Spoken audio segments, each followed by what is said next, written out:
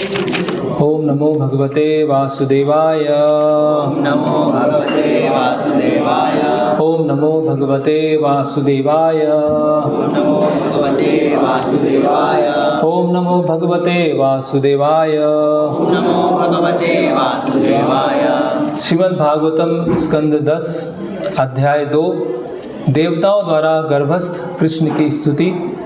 श्लोक क्रमांक 20। ताम वीक्ष कंसा प्रभयाजितांतराम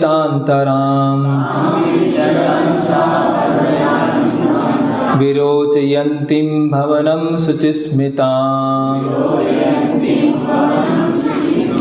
आहैष मे प्राणहरो हरिर्गुहाम्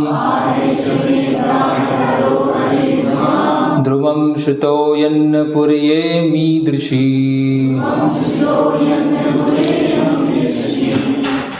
शब्दार्थ ताम उस देवकी को वीक्षा देखकर कंसा उसके भाई कंस ने प्रभया उसके सौंदर्य और प्रभाव के बढ़ने से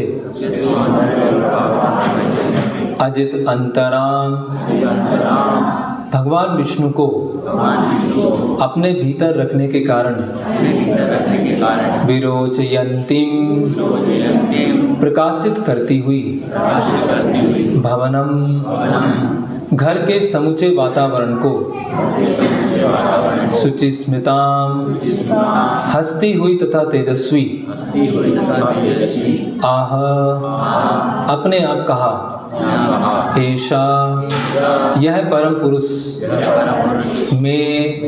मेरा प्राणहरा मेरी जान लेने वाले हरि ही भगवान विष्णु ने गुहाम देवकी के गर्भ में ध्रुवम निश्चित रूप से श्रुता शरण ली है यत् क्योंकि ना नहीं थी पुरा पहले इयम देवकी ईदृशी इस तरह।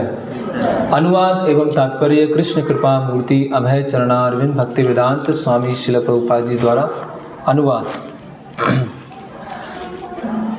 गर्भ में भगवान के होने से देवकी जिस स्थान में बंदी थी वहाँ के सारे वातावरण को वे प्रकाशित करने लगी। उसे प्रसन्न शुद्ध तथा हंसमुख देखकर कंस ने सोचा इसके भीतर स्थित भगवान विष्णु अब मेरा वध करेंगे। इसके पूर्व देवकी कभी भी इतनी तेजवान तथा प्रसन्न नहीं दिखी।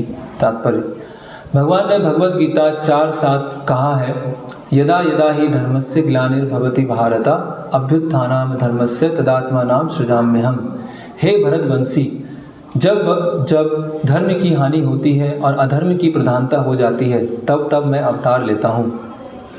इस युग में संप्रति मानव कर्तव्यों के पालन में असाधारण गलतियाँ हो रही हैं।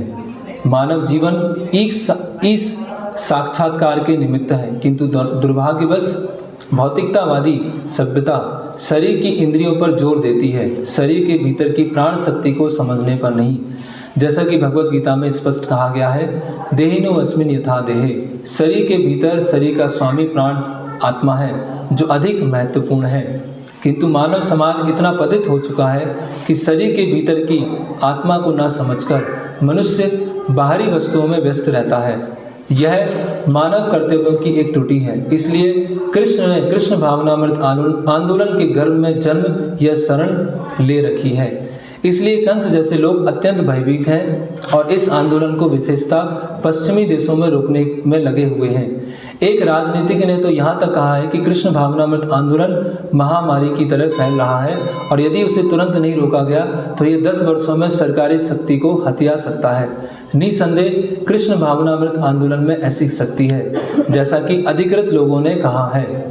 चैतन्य चरितामृत आदि लीला 17:22। कली काले नाम रूपे कृष्ण अवतार। इस युग में कृष्ण हरे कृष्ण महामंत्र के रूप में प्रकट हुए हैं। कृष्ण भावनामृत आंदोलन जंगल की आग की तरह सारे विश्व में फैल रहा है और इसी तरह फैलता रहेगा। कंस जैसे व्यक्ति इस आंदोलन की प्रगति से तथा तरुण पीढ़ी द्वारा इसकी स्वीकृति से भयभीत हैं, किंतु जिस तरह कृष्ण को कंस नहीं मार पाया, उसी तरह यह आंदोलन कंस सरीखे व्यक्तियों के रोके नहीं रुकेगा। यह आंदोलन अधिकाधिक बढ़ता रहेगा यदि इस आंदोलन के नेता विधि विधानों का पालन करते हुए और हरे कृष्ण महामंत्र का नियमित कीर्तन करते हुए कृष्ण भावना भावित बने रहें। ओम अज्ञानतिमिरन्धस्य ज्ञानाञ्जनं शलाकया चक्षुरुन्मीलितं येन तस्मै श्री गुरुवे नमः। श्री चैतन्य मनोभीष्टं स्थापितं येन भूतले स्वयं रूप कदा मह्यं ददाति स्वापदान्तिकं। वन्देहं श्रीगुरो श्रीयुतपदकमलं श्रीगुरून् वैष्णवांश्च श्रीरूपं साग्रजातं सहगणरघुनाथान्वितं सजीवं साद्वैतं सावधूतं परिजनसहितं कृष्णचैतन्यदेवं श्रीराधाकृष्णपादान् सहगणललिता श्रीविशाखान्वितांश्च। नमः ओं विष्णुपादाय कृष्णपृष्ठाय भूतले श्रीमते भक्तिविकास स्वामीति नाम्ने। नमः ओं विष्णुपादाय कृष्णपृष्ठाय भूतले श्रीमते भक्तिवेदांत स्वामीति नाम्ने। नमस्ते सारस्वते देवे गौरवाणी प्रचारणे निर्विशेष शून्यवादी पाश्चात्य देशे तारणे। जय श्री कृष्ण चैतन्य प्रभु नित्यानंद श्री अद्वैत गदाधर शिवासादि गौर भक्तवृंद। हरे कृष्णा कृष्ण कृष्ण हरे हरे, हरे राम राम राम हरे हरे। हरे कृष्णा। तो यहाँ पर ये गर्भस्थ स्तुति, ये अध्याय चल रहा है। गर्भस्थ स्तुति क्या है कि भगवान कृष्ण जो है, भगवान विष्णु अपने मूल रूप में कृष्ण रूप में देवकी माता के गर्भ में आ चुके हैं और सभी देवी देवता उस कारागृह में ऊपर है और वसुदेव और देवकी उनके दर्शन कर रहे हैं। और क्योंकि भगवान गर्भ के अंदर है तो वो स्तुति कर रहे हैं, देवी देवता भगवान कृष्ण की स्तुति कर रहे हैं। तो इसके पहले जो भगवान के बड़े भाई की जिन्होंने भूमिका निभाई है, भगवान के बड़े भाई हैं बलराम जी, उनको देवकी माता के गर्भ से रोहिणी माता के गर्भ में स्थानांतरित कर दिया। तो इस श्लोक में जो देवकी माता कौन है? भक्ति देवी है ना, उनके गर्भ में भगवान कृष्ण आए हैं। तो उनकी जो सुंदरता है, शुचिस्मिता में उनका जो तेज है, उनकी जो प्रसन्नता है वो बहुत बढ़ गई। पूरा जो कृष्ण सूर्य सम, जैसे एक सूर्य जो है अगर एक कक्ष के अंदर आ जाए तो कक्ष बचेगा नहीं, वो तो जल जाएगा। तो भगवान की शक्ति का छोटे से छोटा भाग है सूर्य। तो अगर भगवान स्वयं अगर किसी कक्ष में आ गए तो वो कितना प्रकाशमान हो जाएगा। तो जब कंस देखता है कि देवकी बहुत ही प्रकाशमान, बहुत ही तेजस्वी लग रही है ना, और इतनी प्रसन्न लग रही है, इतने वर्षों से वो देख रहा था। देवकी माता बहुत दुखी थी क्योंकि उनके 6 पुत्रों को मार दिया गया था। तो उनको देखकर कंस क्या हो जाता है? भयभीत हो जाता है। तो ये यहाँ पर प्रसंग चल रहा है। तो प्रभुपाद जी तुलना कर रहे हैं कृष्ण भावनामृत जो है, कृष्ण भावनामृत जो आंदोलन है वो देवकी माता का गर्भ है ना। और इस कृष्ण भावनामृत आंदोलन के गर्भ में भगवान कृष्ण प्रवेश कर चुके हैं। और जब इस कृष्ण भावनामृत आंदोलन के गर्भ में भगवान कृष्ण प्रवेश किए हैं तो कंस जैसे लोग क्या हो गए हैं? भयभीत हो गए है ना। आसुरी लोग भयभीत हो चुके हैं कि ये जो आंदोलन है इतना तेजी से बढ़ रहा है, इतनी संख्या में लोग परिवर्तित हो रहे हैं। तो प्रभुपाद बता रहे हैं कि कंस भयभीत है और अंततः क्या होता है कि कंस भगवान कृष्ण को नहीं मार पाता है। उसी तरह से जो ये आसुरी लोग हैं, प्रभुपाद यहाँ लिखते हैं वाइल्ड फायर, जैसे जंगल में आग लगती है तो जंगल की आग कितनी तेज़ी से बढ़ती है, उसी तरह से ये कृष्ण भावनामृत आंदोलन तेज़ी से बढ़ रहा है। फिर प्रभुपाद यहाँ लिख रहे हैं कि कली काले नाम रूपे कृष्ण अवतार, कि कलयुग में भगवान किस तरह से आते हैं है ना। तो भगवान स्वयं जो सच्चिदानंद रूप है उस रूप में आने की आवश्यकता नहीं है ना। उस रूप में भी आते हैं, चैतन्य महाप्रभु आते हैं, कल की अवतार आता है, लेकिन खासकर कलयुग में भगवान नाम के रूप में आते हैं, है ना। कली काले नाम रूपे कृष्ण अवतार। तो भगवान और भगवान का नाम, इसमें कोई अंतर नहीं है ना। कुछ लोग पूछते हैं कि द्वापर युग में तो अधर्म बढ़ गया था, अब भगवान स्वयं आए, है ना, और कुरुक्षेत्र का युद्ध किया, कई असुरों को मारा, लेकिन कलयुग में तो और अधिक कलह का युग है ना, झगड़े, लड़ाई झगड़े। तो इस समय भगवान क्यों नहीं आ रहे हैं? तो इस समय भगवान अगर आएंगे तो कोई बचेगा ही नहीं, है ना। किसको छोड़ेंगे, किसको मारेंगे? इसीलिए भगवान क्या कर रहे हैं कि सबके हृदय में जो अज्ञानता रूपी असुर है ना, सबके हृदय में जो अंधेरा है, उसको खत्म करने के लिए भगवान अपने नाम के रूप में आते हैं, है ना।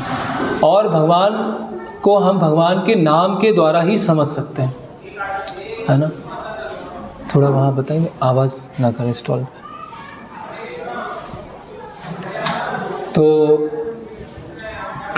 हम अलग अलग शास्त्रों से भगवान के नाम की महिमा क्या है उसके बारे में देखेंगे, और भगवान के नाम का शुद्ध उच्चारण क्या है ना। एक नाम अपराध है, एक शुद्ध नाम है। तो भगवान का नाम किस तरह से लिया जाए, भगवान का नाम लेते समय एक निर्धारित माला करना क्यों जरूरी है ना, और किन से भगवान का नाम सुना जाए, किन का नाम सुना जाए, है ना, इसके बारे में हम चर्चा करेंगे। तो सबसे पहले भगवान के नाम की महिमा क्या है ना। तो रूप गोस्वामी पद्यावली में लिखते हैं कि जो कृष्ण है, कृष्ण जो दो शब्द हैं, वो इतना अधिक मधुर है ना, इतना अधिक मधुर है कि एक जीव भी पर्याप्त नहीं है भगवान का नाम लेने के लिए।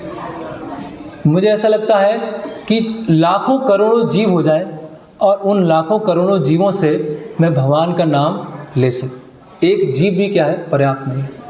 और फिर रूप गोस्वामी वहाँ बोलते हैं कि दो कान पर्याप्त नहीं है। जहाँ जहाँ भगवान की कथा चल रही है, जहाँ भक्त भगवान की कथा बोल रहे हैं, वहाँ वहाँ मेरे कान हो और भगवान का शुद्ध जो कथा है वो मैं सुन पाऊँ। तो मेरे हजारों कान हो जाए, हजारों जीव हो जाए। तो साधारणतः लोग सोचते हैं कि आध्यात्मिक जीवन में आते हैं तो हर चीज़ रुक जाती है, हर चीज़ निष्क्रिय हो जाती है, हर चीज़ शांत हो जाती है। लेकिन वास्तविक जो आध्यात्मिक का रास्ता है, उसमें जो आध्यात्मिक क्रियाएं होती हैं वो और बढ़ जाती है। व्यक्ति क्या सोचता है कि मुझे देखना नहीं है, सुनना नहीं है, कोई एक्टिविटी नहीं करना है, कहीं जाना नहीं है, बस चुपचाप ध्यान लगाना। लेकिन आध्यात्मिक जीवन में क्या है कि रूप गोस्वामी क्या बोल रहे हैं, मेरी हजारों जीव हो जाए, एक जीव भी पर्याप्त नहीं है भगवान का नाम लेने के लिए, और मेरे हजारों लाखों कान हो जाए, मैं भगवान की कथा सुनना चाहता हूँ।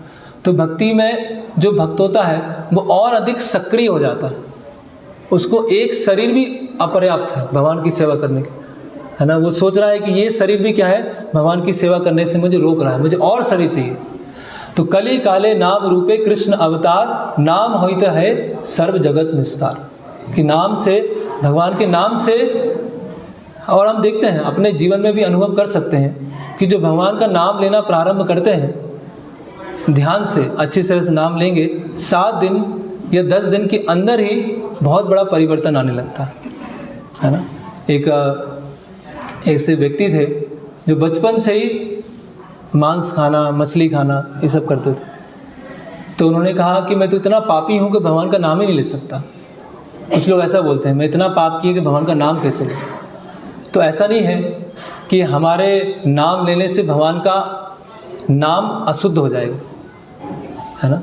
जैसे कीचड़ है, कीचड़ के ऊपर सूर्य की किरणें पड़ेंगी तो कीचड़ से सूर्य अशुद्ध नहीं होगा, वो कीचड़ क्या हो जाएगा, शुद्ध हो जाएगा।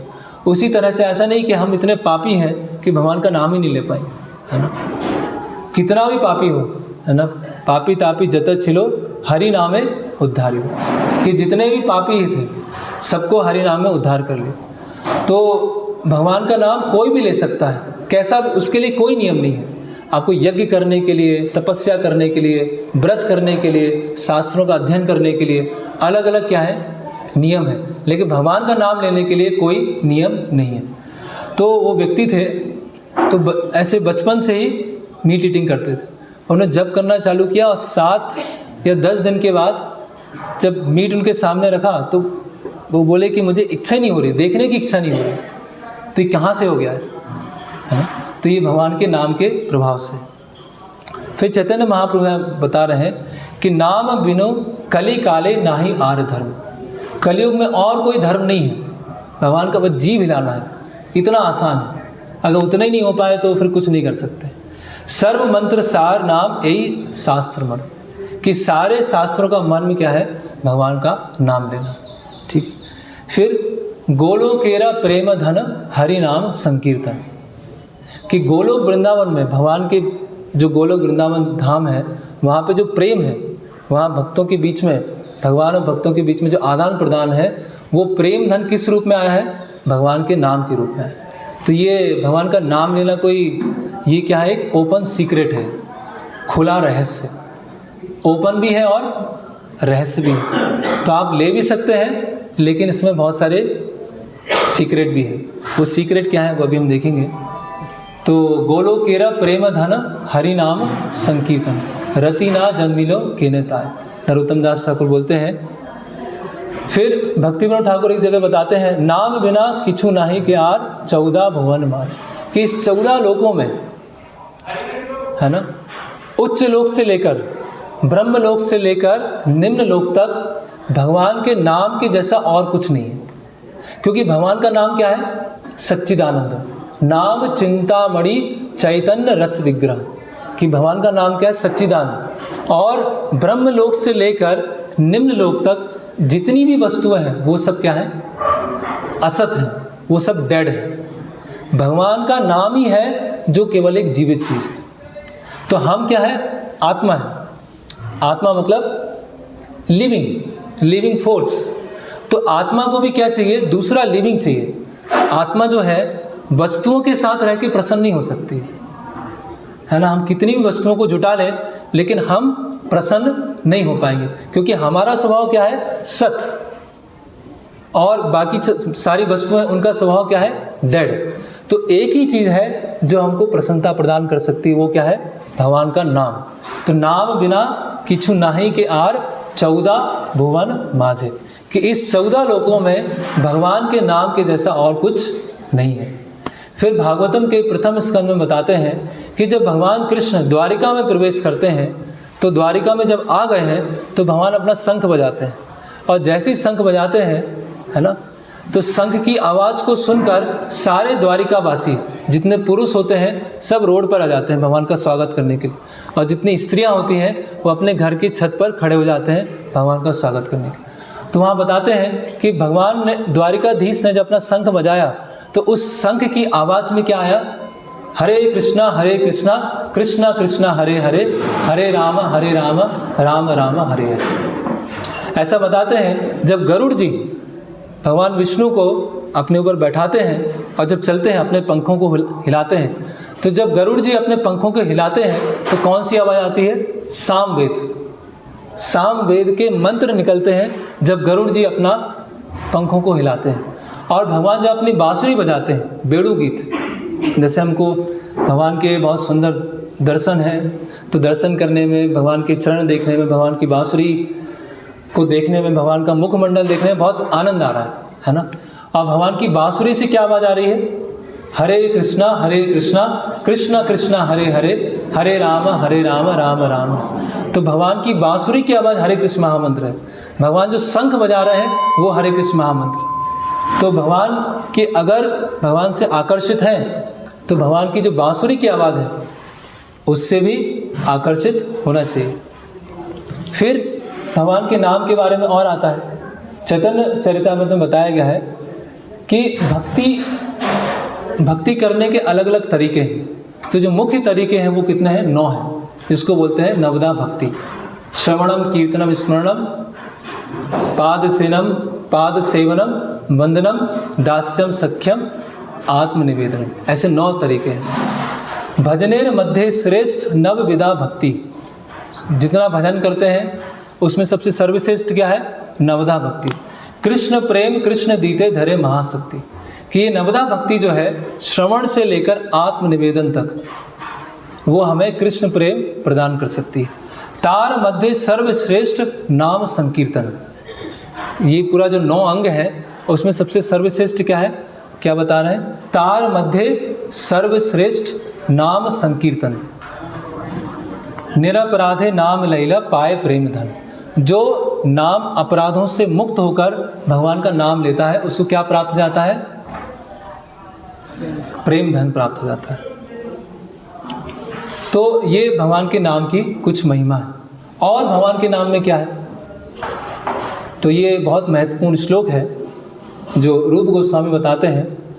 नाम चिंतामणि कृष्ण चैतन्य रस विग्रह, पूर्ण शुद्ध नित्य मुक्त अभिन्नत नाम नामिनी।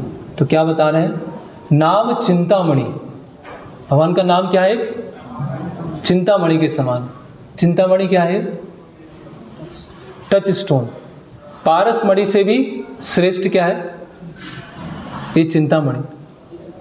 पारस मणि क्या करती है? किसी भी धातु को स्पर्श करते हैं तो वो सोने में परिवर्तित हो जाती है।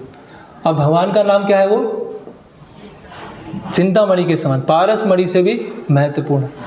तो इसके लिए एक घटना आती है कि एक शिव जी के भक्त होते हैं, वो शिव जी की उपासना करते हैं और शिव जी की उपासना करने के बाद उनको प्रसन्न करते हैं, है ना। और शिव जी से वरदान मांगते हैं कि सबसे बहुमूल्य चीज़ मुझे चाहिए, इस संसार में सबसे बहुमूल्य वस्तु मुझे चाहिए। तो शिव जी बोलते हैं कि आप वृंदावन जाइए, वृंदावन में केसी घाट है और केसी घाट के पास में एक साधु बैठे हैं, उनके पास सबसे कीमती चीज़, वहाँ आप चले जाइए। तो भक्त क्या होते हैं? वृंदावन में केसी घाट जाते हैं और केसी घाट पे कौन बैठे होते हैं? सनातन गोस्वामी। और सनातन गोस्वामी से प्रार्थना कर बोलते हैं कि शिव जी ने आपके पास मुझे भेजा है और संसार की सबसे बहुमूल्य चीज़ देने के लिए शिव जी ने कहा, है ना। तो सनातन गोस्वामी बोलते हैं कि अच्छा ठीक है, शिव जी ने भेजा है तो वहाँ पर एक ऐसे कचड़े का डिब्बा है, उसको थोड़ा देखो, उसको साफ़ करो। तो व्यक्ति जाता है, कचड़े का डिब्बा निकाल से साफ़ करता है और उसमें क्या होती है? एक पारस मणि होती है। और पारस मणि लेके बहुत खुश हो जाता है और खुश होकर घर चला जाता है और फिर जहाँ भी जाता है उसको स्पर्श करना चालू कर देता है। तो जब स्पर्श करता रहता है तो कुछ जब दिन बीत जाते हैं तो उसको मन में आता है कि जब इतनी बहुमूल्य चीज़ थी तो उसको कचड़े के डिब्बे में क्यों डाल रखा था? उसको तो बिल्कुल संभाल के अच्छी तरह से रखना चाहिए था। तो सनातन गोस्वामी जो हैं उन्होंने मुझे सबसे बहुमूल्य चीज़ नहीं दी है, उन्होंने ऐसी कचड़े में जो पड़ा हुआ था वो दे दिया। तो फिर से वो पारस मणि लेके सनातन गोस्वामी के पास जाते हैं और बोलते हैं कि आपने बहुमूल्य चीज़ नहीं दी है, आपने तो ऐसी कचड़े में पड़ा था वो दे दिया। तो सनातन गोस्वामी बोलते हैं कि हाँ, इससे भी एक बहुत बहुमूल्य चीज़ है। बोले उसके लिए क्या करना पड़ेगा? पहले ये जो पारस मणि उसको यमुना नदी में फेंकना होगा, उसके बाद फिर मैं जो बहुमूल्य चीज़ दूंगा। तो वो सोचते हैं कि ठीक है, अभी सनातन गोस्वामी इतने महान भक्त हैं, वो बोल रहे हैं, तो पारस मणि को यमुना नदी में फेंक देता है और सनातन गोस्वामी उनको फिर दीक्षा प्रदान करते हैं। हरे कृष्णा कृष्णा कृष्णा हरे हरे, हरे राम राम राम हरे हरे। तो पारस मणि से भी महत्वपूर्ण है। आप देखिए, जब कोई व्यक्ति नोट गिनता है तो कितना ध्यान रखता है। अभी 2000 का वो है, 100 नोट है और वो गिन रहा है और कोई आ गया तो क्या बोलता है? अभी बात मत करो, अभी मुझे नोट गिनना है ना। और नोट गिनने के बाद क्या होता है? अगर एक ऊपर हो जाए, एक नीचे चला जाए, फिर से गिनेगा, करेक्ट। और भगवान का नाम क्या है? पारस मणि से भी महत्वपूर्ण है। और जब भगवान का हम नाम लेते हैं तो कैसे लेते हैं? इधर देख रहे हैं, उधर देख रहे हैं, इधर देख रहे हैं, नोटिस बोर्ड देख रहे हैं, फ़ोन चेक कर रहे हैं अपना। तो इसका मतलब क्या है? जो भगवान का नाम है, जो चिंतामणि जैसा है, उसको हम चिंतामणि समझ ही नहीं रहे। इसीलिए वो हमारे लिए क्या है? ओपन सीक्रेट है। वो हमारे लिए खुला है लेकिन अभी रहस्य है वो, उसमें हम नाम को हम समझ नहीं पाए, नाम के सेवक नहीं बन पाए। तो शास्त्रों में बताया गया है कि नाम कौन है। जैसे इसमें आते हैं तो नाम चिंतामणि, नाम क्या है? चिंतामणि। तो जब आप नोट गिनने में इतने सतर्क हैं तो भगवान का नाम जब हम लेते हैं तो उसमें कितने सतर्क होना चाहिए, है ना। इसीलिए एक 10वां नाम अपराध बताया गया है, इनअटेंटिवनेस, है ना, असावधानी रखना। अगर हम भगवान का नाम जप करते समय असावधान हैं तो वही सबसे बड़ी जड़ है सारे अपराधों की। तो नाम चिंतामणि कृष्ण चैतन्य रस विग्रह, और भगवान का नाम कैसा है? रस विग्रह, है ना। भगवान कौन है? रसराज, है ना, रिजर्वायर ऑफ और प्लेजर, रस के खान, रस के सागर। तो भगवान के नाम में इतना टेस्ट है, इतना टेस्ट है कि बद्ध जीव, मुक्त जीव और शुद्ध भक्त सब भगवान का नाम ले रहे हैं। ऐसा नहीं है कि नाम, कई लोग सोचते हैं कि इस्कॉन में तो क्या बस नाम ऐसे लेते रहते हैं, है ना। जो भक्ति की उन्नत अवस्था में पहुंच जाते हैं फिर वो ध्यान मग्न हो जाते हैं। ऐसा नहीं है। भगवान का नाम क्या है? कृष्ण चैतन्य रस विग्रह, रस का विग्रह, है ना। पूर्ण शुद्ध नित्य मुक्त अभिन्नत नाम नामिनो। भगवान का क्या है? नाम और नामी एक है। भगवान में और भगवान में कोई अंतर, भगवान के नाम में कोई अंतर नहीं, है ना। लेकिन भगवान और भगवान के नाम में कोई अंतर नहीं है, लेकिन भगवान से भगवान का नाम अधिक दयालु है, क्योंकि भगवान को तुम अप्रोच नहीं कर सकते हैं। भगवान को अप्रोच करने के लिए क्या होना पड़ेगा? पूरी तरह से शुद्ध होना पड़ेगा, क्योंकि भगवान क्या है? परम शुद्ध है। तो किसी परम शुद्ध को अप्रोच करना है तो हमें भी पूरी तरह से प्योर होना पड़ेगा। लेकिन भगवान का नाम कैसा है कि हम बद्ध अवस्था में हैं, कैसी भी अवस्था में है, भगवान का नाम ले सकते हैं। फिर और हम आगे देखते हैं, भगवान का नाम लेना कैसा है, यहाँ बता रहे हैं। सब अवतार सार शिरोमणि केवल आनंद कंद, है ना। कोई कठिनाई नहीं है भगवान का नाम लेने के लिए, है ना। केवल आनंद कंद, सिंपली जॉयफुल। क्या कोई नियम नहीं है, कभी भी ले सकते हैं। फिर यहाँ भगवत गीता में भगवान बताते हैं सुसुखम कर्तुम अव्ययम, कि ये भगवान का नाम कहना सुसुखम। नाम लेने की शुरुआत से ही उसके हम प्रभाव देखना चालू कर देते हैं। तो ये भगवान के नाम की महिमा। अभी हम दूसरा पार्ट डिस्कस करेंगे कि जब हम भगवान का नाम लेना चालू करते हैं तो क्या क्या अंतर आएगा हमारे जीवन में, क्या अंतर आएगा, है ना। अभी हम भगवान का नाम ले रहे हैं तो हमारे जीवन में ये सब प्रभाव दिखना चाहिए। तो इसके लिए चैतन्य महाप्रभु ने शिष्टाष्टकम 8 श्लोक बताए। उन 8 श्लोकों में प्रारंभ के जो 3 श्लोक हैं वो भगवान के नाम के ऊपर। पहला श्लोक है भगवान के नाम लेने से क्या क्या प्रभाव आता है। दूसरा श्लोक है कि भगवान के नाम लेने से प्रभाव तो आता है लेकिन मेरे जीवन में नहीं आ रहा है, उसका समस्या क्या है, क्या भगवान के नाम में समस्या है या मेरे अनर्थ है। और तीसरा श्लोक है जिसमें बताया गया है कि निरंतर हमेशा भगवान का नाम कैसे लिया जा सकता है। तो इन 3 श्लोकों में पूरा सार है भगवान के नाम लेने के पीछे, जो भी फिलॉसफी है उस 3 श्लोकों में बताया। तो केवल हम 2 श्लोक ही देख पाएंगे। तो जो पहला श्लोक है उसमें बताया गया है चेतो दर्पण मार्जनम भव महादावाग्नि निर्वापणम श्रेया कैरव चंद्रिका वितरणम विद्या वधु जीवनम आनंदम बुद्धि वर्धनम प्रतिपदम पूर्णामृत स्वादनम सर्वात्मा स्नपनम परम विजयते श्री कृष्ण संकीर्तनम। तो चैतन्य महाप्रभु ने बताया है परम विजयते श्री कृष्ण संकीर्तनम। संकीर्तन मतलब साथ में मिलके कीर्तन करना। साथ में मिलके कीर्तन करना मतलब सब मिलके कीर्तन करेंगे, है ना, या फिर सारी इंद्रियां कीर्तन करेंगी, है ना। तो हम देखते हैं एक एक प्रभाव क्या है, भगवान के नाम का क्या प्रभाव, और ये जानना बहुत ज़रूरी है। ये जो श्लोक है शिष्टाष्टकम की, खासकर ये 3 श्लोक हैं, वो हर किसी को याद होना चाहिए।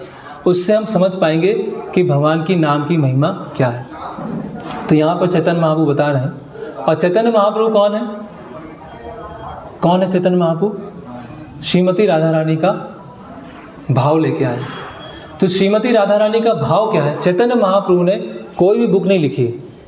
चैतन्य महाप्रभु ने कोई बुक नहीं लिखा। चैतन्य महाप्रभु की जो अगली पीढ़ी, अगली जनरेशन थी, जो षड गोस्वामी हैं, उन्होंने बुक्स लिखी। चैतन्य महाप्रभु ने कोई बुक नहीं लिखा। चैतन्य महाप्रभु ने केवल 8 श्लोक दिए हैं। सोचिए आप, तो चैतन्य महाप्रभु जो सब देने आए हैं उसको बिल्कुल क्या बोलते हैं, नट सेल में उसको संक्षिप्त रूप में 8 श्लोकों में बता दिया। तो ये 8 श्लोक तो क्या होना चाहिए, कोई नींद में भी उठाए तो और बोले कि 8 श्लोक बोलो तो बोलना चालू कर दे। नींद में उठाने के बाद आपका नाम पूछे, नाम भूल जाए चलेगा अपना, लेकिन 8 श्लोक ना भूलें। ये 8 श्लोक इतने महत्वपूर्ण हैं। ये 8 श्लोक कौन बता रहे हैं, श्रीमती राधा रानी बता रहे हैं। 8 श्लोक चैतन्य महाप्रभु कौन है, चैतन्य राधा रानी के भाव में। तो राधा रानी बता रहे हैं कि कैसे कृष्ण तक पहुंचा जाए। और उन 8 श्लोकों में श्रीमती राधा रानी क्या बता रहे हैं, भगवान के नाम की महिमा, कि भगवान का नाम कितना महत्वपूर्ण है। तो यहाँ बता रहे हैं, तो जैसे यज्ञ होता है, यज्ञ है ना, तो यज्ञ में क्या होती है, अग्निकुंड होता है और अग्निकुंड से बहुत सारी फ्लेम्स निकलती, बहुत सारी ऐसे ज्वालाएं निकलती। तो ये संकीर्तन यज्ञ है जो चैतन्य महाप्रभु ने यज्ञ चालू किया है। उस संकीर्तन यज्ञ में 7 अग्नियाँ, 7 फ्लेम्ड यज्ञ, सैक्रिफाइस। तो 7 अग्नि इस यज्ञ कुंड से निकल रही है, इस संकीर्तन यज्ञ में, है ना। तो ये 7 ज्वालाएं क्या है वो हम देखते हैं। तो पहला है चेतो दर्पण मार्जनम। चेतो दर्पण मार्जनम। चेतो मतलब चित्त, चित्त मतलब हृदय, मन। दर्पण, ये हृदय और मन कैसा है, एक दर्पण की सम, और इसका मार्जन करता है। भगवान का नाम क्या करता है, हमारे चित्त का, हमारे मन का मार्जन करता है। हमारे चित्त में बहुत गंदगी है, हमारे मन में क्या है, बहुत गंदगी है। और वो गंदगी क्या है, हमारे अंदर इंजॉइंग स्पिरिट है, हमारे अंदर भोग करने की भावना है, इस संसार का भोग करने की भावना है, इस संसार में प्रतिष्ठा की इच्छा है, लाभ की इच्छा है ना, धन को भोग करने की इच्छा है ना, प्रॉपर्टी, बहुत सारी प्रॉपर्टी चाहिए, उसको भोग करने की इच्छा है। तो ये भोग करने की जो इच्छा है, ये क्या है, एक दूषण है, ये क्या है, गंदगी है। और ये जो भोग करने की इच्छा है, वही हमें जो कृष्ण सेवा करने में जो रस प्राप्त होता है उसको वो रोक रही है। तो जो कृष्ण सेवा में रस प्राप्त होता है वो हमको रस प्राप्त नहीं हो पा रहा है। क्यों नहीं हो पा रहा है, क्योंकि हम जो तुच्छ, एकदम बासी जो टेस्ट है उसमें पूरे डूबे हुए, संसार को एंजॉय करना चाहते हैं, है ना।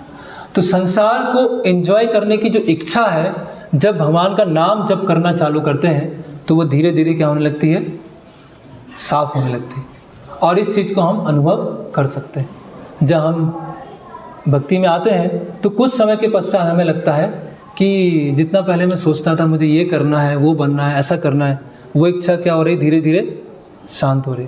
सबके और ये नाम का प्रभाव है, ये भगवान के नाम का प्रभाव है कि जैसे हम सिंसियरली अच्छे से नाम जप करते हैं तो ये इच्छाएं जो हैं, भोग करने की इच्छा है, वो धीरे धीरे डाउन होती जाती है। इसीलिए कई लोग डर जाते हैं, ओ भगवान का नाम लेंगे तो पता नहीं ऐसा ना हो जाए। वो गंदगी को क्या है, अपने साथ सजो के रखना चाहते हैं, उस गंदगी के अंदर ही रहना चाहते हैं, कोई गंदगी के हटाने का प्रयास नहीं करते। तो चेतो दर्पण मार्जना। तो दर्पण है, अगर दर्पण में क्या है, धूल लगी है तो क्या होगा, हम अपना चेहरा नहीं देख पाएंगे। और धूल का साइज क्या है, बहुत बड़ा है, 2 mm, 3 mm, 10 mm, 1 centimetre, 1 metre, 1 kilometre, 1 kilometre की धूल जमी है और उसके पीछे क्या है, दर्पण रखा है। तो कैसे दिखाई देगा, चेहरा नहीं दिखाई। इसीलिए हमारी पहचान क्या है, हमारी आइडेंटिटी क्या है, उसको भी हम समझ नहीं पाते हैं, क्योंकि हमारे ऊपर क्या लगी है, धूल लगी है। तो जैसे जैसे धूल हटना चालू होती है वैसे वैसे समझ में आता है कि वास्तव में मैं कौन हूँ, मैं भगवान का दास हूँ। तो ये है चेतो दर्पण मार्जना। फिर चैतन्य महाप्रभु दूसरा प्रभाव बता रहे हैं, भव महा दावाग्नि निर्वापणम, कि संसार कैसा है, भव महा दावाग्नि। दावाग्नि क्या होती है, तेज अग्नि, है ना। ऐसे कभी देखा तो नहीं होगा, यूट्यूब पर देख सकते हैं, किसी जंगल में तेज आग लगी है। अभी वो आग क्या है, वो किसी पानी से, सैंड से, फायर ब्रिगेड से किसी से नहीं बुझने वाली। उसके लिए क्या करना पड़ेगा? बादल आएंगे और बादल बौछार करेंगे तो वहाँ से अग्नि बुझेगी। तो ये संसार कैसा है? जैसे हम मंगला आरती में गाते हैं, संसार दावा नल लीढ़ लोका त्राणाय कारुण्य घनाघ्न, कि संसार क्या है? दावाग्नि की तरह है। तो जो भगवान का नाम अच्छे से ले रहा है उसके जीवन में क्या होगा कि संसार कैसा लगने लगेगा? दावाग्नि की तरह लगेगा। जो अभक्त कैसे लगेंगे? दावाग्नि की तरह, है ना। भगवान की सेवा के अलावा या भगवान की सेवा से संबंधित जो चीज़ें हैं उसके अलावा उसको क्या लगेगा? दावा। अभी तो दावाग्नि जैसा लग ही नहीं रहा है ना। तो भगवान के नाम का जो दूसरा प्रभाव है भव दावाग्नि निर्वापणम, कि जो संसार में आग लगी हुई है ना, वो हमको क्या, आग क्या होती है? बहुत कभी कभी बहुत अट्रैक्टिव भी होती है ना। तो संसार क्या लग रहा है? अभी बहुत अट्रैक्टिव लग रहा है, बहुत आकर्षक लग रहा है। लेकिन ये अग्नि कैसी है? जैसे वो बारिश का कीड़ा होता है, रेशमी कीड़ा होता है और उस अग्नि में जाके खत्म हो जाता है। उसी तरह से क्या है, ये जो संसार का आकर्षण है वो आकर्षण क्या करेगा? हमें खुद समाप्त कर देगा। तो भव महान दावाग्नि निर्वापण, तो संसार से जो आकर्षण है धीरे धीरे कम होता जाता है। तो पहला प्रभाव क्या है? एंजॉइंग स्पिरिट, वो धीरे धीरे कम होती है और फिर संसार का जो अग्नि रूपी जो आकर्षण है वो धीरे धीरे कम होता जाता है। तो इसमें जो चैतन्य महाप्रभु 7 प्रभाव बता रहे हैं। कुछ प्रभाव क्या होते हैं? भक्ति की शुरुआत अवस्था में होते हैं। कुछ प्रभाव क्या होते हैं? भक्ति की मध्य अवस्था में होते हैं। और कुछ प्रभाव कैसे होते हैं? भक्ति की उन्नत अवस्था में होते हैं। तो तीसरा प्रभाव क्या है? श्रेया कैरव चंद्रिका वितरण। जैसे कि कमल है, कमल कौन सा है ना, कमल के ऊपर अगर चंद्रमा की प्रकाश पड़ेगा तो क्या होगा? कमल खिलेगा और खिल के क्या होगा? उसमें सुगंध आएगी। तो हमारे हृदय में क्या है? कमल रूपी क्या है? कली है और उस पर क्या है? हरि नाम का प्रकाश पड़ रहा है। और जैसे ही वो हरि नाम का प्रकाश हमारे कमल रूपी कली के ऊपर पड़ेगा तो क्या हो जाएगा? कमल खिल जाएगा। कमल खिलेगा तो क्या आएगा? खुशबू आएगी। तो भक्त के जीवन में क्या आएंगे? अच्छे गुणों की खुशबू आने लगती है। उसके अंदर सारे अच्छे दैवी गुण आना प्रकट हो जाते हैं। तो भगवान के नाम का क्या है? ये तीसरा प्रभाव है ना, कि भक्त में अपने आप ही सारे दैवी गुण आने लगते हैं। तो भक्त क्या होने लगता है? सुगंधित हो जाता है। अभी सुगंधित ऐसे नहीं होगा कि चंदन से सुगंधित हो रहा है, माला से सुगंधित हो रहा है। वो अपने अच्छे गुण से क्या हो जाता है? फ्रेग्रेंस आने लगती है। तो ये तीसरा प्रभाव है भगवान के नाम में, श्रेया कैरव चंद्रिका वितरण। और कमल कब खिलता है? कब खिलता है कमल? रात्रि में, करेक्ट। सुबह आती तो क्या हो जाता है? तो रात्रि मतलब जो भौतिक जगत है, जो अंधकारमय है, उस अंधकारमय भौतिक जगत के अंदर भक्तों में क्या आने लगते हैं? अच्छे गुण आने लगते हैं, है ना। जो सब अवगुणों से पूरा भरा हुआ है ना। कले दोष निधे राजन, कलयुग क्या है? दोष का पूरा सागर है। अस्ति एको महान गुणा कीर्तनाद एवं कृष्णस्य मुक्त संगा परम वर्जित, कि कलयुग जो दोष का सागर है, पूरा अंधकार है, वहाँ पर क्या है? इसलिए श्रील प्रभुपाद अपने एक लेटर में अमेरिकन गवर्नमेंट को लिखते हैं कि जो आपके यूथ्स हैं, अमेरिकन यूथ्स हैं, वो कैसे हैं? फ्लावर्स की तरह, है ना, यंग फ्लावर्स ऑफ अमेरिका। और इन फ्लावर्स को क्या है? गलत तरह से उपयोग किया जा रहा है। अगर इन्हीं पुष्पों को भगवान के चरणों में रखा जाए, इन्हीं पुष्पों को भगवान की माला बना के भगवान को अर्पण किया जाए तो ये जो यूथ्स हैं और कितने आकर्षक हो जाएंगे। तो श्रेया कैरव चंद्रिका वितरण, अच्छे गुण आने लगते हैं। चौथा प्रभाव क्या है? विद्या वधु जीवनम। विद्या मतलब नॉलेज, वधु मतलब वधु, बताइए, है ना, वधु वाइफ। विद्या वधु जीवनम, तो हरि नाम की वधु कौन है? हरि नाम की वधु कौन है? विद्या। तो जो भगवान का नाम लेता है उसके अंदर सारी विद्या अपने आप आने लगती है। विद्या वधु जीवनम। इसीलिए हम देखते हैं कि जो भगवान का नाम नियमित रूप से लेता है, अच्छी तरह से लेता है, ध्यानपूर्वक लेता है, तो उसके अंदर क्या आने लगते हैं? साक्षात्कार आने लगते हैं, रियलाइजेशन आने लगते हैं। ज्ञान लेना एक अलग बात होती है, ज्ञान तो सभी लेते हैं, नॉलेज बैंक तो बहुत है यहाँ संसार में, लेकिन ज्ञान का साक्षात्कार होना, ज्ञान को आत्मसात करना, है ना। जैसे कि कोई थर्माकोल है ना, और थर्माकोल के ऊपर कुछ चिपकाना है, तो कुछ चिपकाने के लिए कुछ नहीं है, जैसे सब डिज़ाइन बनी है डेकोरेशन में, तो थर्माकोल के ऊपर कुछ चिपकाना है तो कैसे चिपकेगा वो? उसके ऊपर क्या होना चाहिए? फेविकॉल होना चाहिए। तो ज्ञान जो है हमारे हृदय में कैसे जाएगा? हरि नाम से जाएगा। अगर हरि नाम हम ले रहे हैं ध्यानपूर्वक तो वो ज्ञान है हृदय में उतरेगा। अगर हम अच्छे से हरि नाम नहीं ले रहे हैं तो ज्ञान आएगा और फिर निकल जाएगा, आएगा रिफ्लेक्ट होके चला जाएगा। इसीलिए भगवान का जो नाम नियमित रूप से लेता है वो ही जो ज्ञान है उसको याद रख पाता है। तो विद्या वधु जीवन, तो ये जो दो प्रभाव हैं, अच्छे गुण आना, भक्तों के अंदर अच्छे गुण आना और रियलाइजेशन आना, साक्षात्कार आना, वो कब आते हैं? वो कुछ समय के बाद आते हैं। आनंदम बुद्धि वर्धनम, फिर क्या बता रहे हैं चैतन्य महाप्रभु? आनंदम बुद्धि वर्धनम, कि आनंद रूपी जो सागर है वो क्या बढ़ता जाता है, बढ़ता रहता है। आनंदम, आनंद बुद्धि सागर वर्धनम, बढ़ रहा है। तो इसीलिए आध्यात्मिक जीवन क्या है? स्टैटिक नहीं है। आध्यात्मिक जीवन क्या है? डायनामिक है।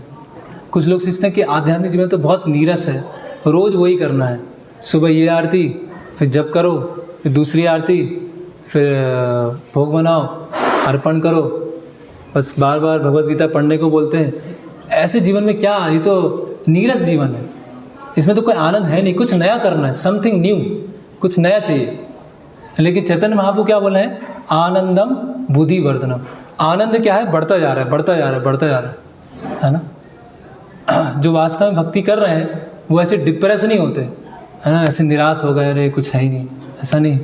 तो आनंद का सागर बढ़ता जा रहा है, बढ़ता जा रहा है।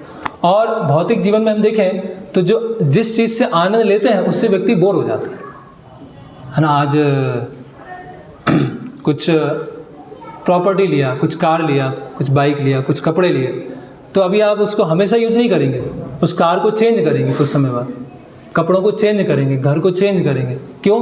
क्योंकि उससे बोर हो गए, अभी वो फीका लगने लगा। लेकिन भगवान का नाम कैसा है? आनंदम बुद्धि वर्धनम। आनंद क्या है? बढ़ता जा रहा है, बढ़ता जा रहा है, बढ़ता जा रहा है। फिर बता रहे हैं प्रतिपदम पूर्णामृत स्वादनम। हर क्षण पर भक्त क्या है? टेस्ट अनुभव करेगा, हर छोटी छोटी चीज़ में उसको टेस्ट आएगा। प्रतिपदम पूर्णामृत स्वादनम, every step, at every step full of nectar, है ना। हर कदम पे, हर छोटी छोटी चीज़ में उसे बहुत आनंद। और इसको हम थोड़ा देख सकते हैं कि भौतिक जीवन में कोई प्रेमी प्रेमिका है ना, तो जो प्रेमी होगा तो प्रेमिका का, अगर प्रेमिका ने कभी कोई लव लेटर भेजा है और वो उसको बिल्कुल संभाल के रखेगा, है ना, उसको बार बार पढ़ेगा, उसको देखेगा। अभी वो एक ही चीज़ है, उसे बार बार पढ़ने की क्या ज़रूरत है? एक बार पढ़ लिया, समझ में आ गया, लेकिन उसको संभाल के रखेगा, बार बार पढ़ेगा, याद करेगा। क्यों? छोटी छोटी चीज़ों, क्योंकि क्या है? प्रेम है। तो इसी तरह से ये भागवतम है, भगवद गीता है। तो जैसे भक्ति में और आगे बढ़ेंगे तो और इच्छा होगी, और भगवान का नाम लेना है, और भगवद गीता पढ़ना, भागवतम को पढ़ना, और सेवा करना। ऐसा नहीं कि बस बोर हो गए, अब तो एक सैचुरेशन लेवल आ गया, बस अब तो बहुत कर लिया, इस जन्म में भक्ति हो गई, अभी अगले जन्म में देखेंगे, ऐसा नहीं है। प्रतिपदम पूर्णामृत स्वादन, है ना। तो और रूप गोस्वामी लिखते हैं कि जिस तरह से एक प्रेमी का प्रेमिका से आकर्षण होता है, उस तरह से भगवान मेरा आपके नाम से कैसे आकर्षण हो, इतना इंटेंस। और ये तो आध्यात्मिक स्तर पे, वो तो क्या भौतिक स्तर पे कुछ समय के बाद खत्म हो जाएगा। सर्वात्मा स्नपनम, और सारी इंद्रियां क्या करने लगती हैं? जप करने लगती है। सारी इंद्रिय कैसे जप करेंगे? जब तो हम जीभ से ही करते हैं। सारी इंद्रिय क्या हो जाती है? भगवान के सेवा से ओतप्रोत हो जाती है। परम विजयते श्री कृष्ण संकीर्तन। तो इस संकीर्तन आंदोलन की जय हो। तो ये 7 इफेक्ट हैं। पहला है जो हमारी भोग करने की इच्छा है वो समाप्त होती है। दूसरा है संसार के प्रति जो आकर्षण है धीरे धीरे कम होता जाता है। तीसरा है सारे अच्छे दैवी गुण प्रकट हो जाते हैं। चौथा है हमारे जो भी हम सुन रहे हैं या भी जो भी ज्ञान ले रहे हैं वो साक्षात्कार में परिवर्तित होता है। और फिर ये आनंद क्या है? बढ़ता जाता है, बढ़ता जाता है, बढ़ता जाता है। और हर स्टेप पर, हर छोटी छोटी चीज़ में, हर छोटी सेवा में आनंद प्राप्त होता है। हम देखते हैं कि एक भगवान के भक्त हैं कांचीपुरम में, इनका नाम था कांचीपूर्ण। तो उनकी रोज़ की क्या सेवा थी? भगवान को चामर हिलाना। उनका 80 किलोमीटर गांव था, 80 किलोमीटर पैदल चल के आते थे, वरदराज जी के मंदिर में जाते थे और चामर हिलाते थे घंटों भर। और क्या करते थे? भगवान उनसे बातचीत करते थे। विग्रह के रूप में भगवान उनसे पूछ रहे हैं अब क्या हुआ, अब क्या करना है। और कांचीपूर्ण क्या कर रहे हैं? उनसे उनको उत्तर दे रहे हैं। तो छोटी सेवा है, बस चामर हिलाना है। तो छोटी सी छोटी सेवा में भक्तों को क्या लगता है? बहुत आनंद आने लगता है। ऐसा नहीं कि जब मैं पूरा वर्ल्ड क्लास प्रीचर बन जाऊंगा, हर जगह भ्रमण करूंगा, प्रवचन देना चालू करूंगा, जब स्टेज पे आ जाऊंगा तब आनंद आए।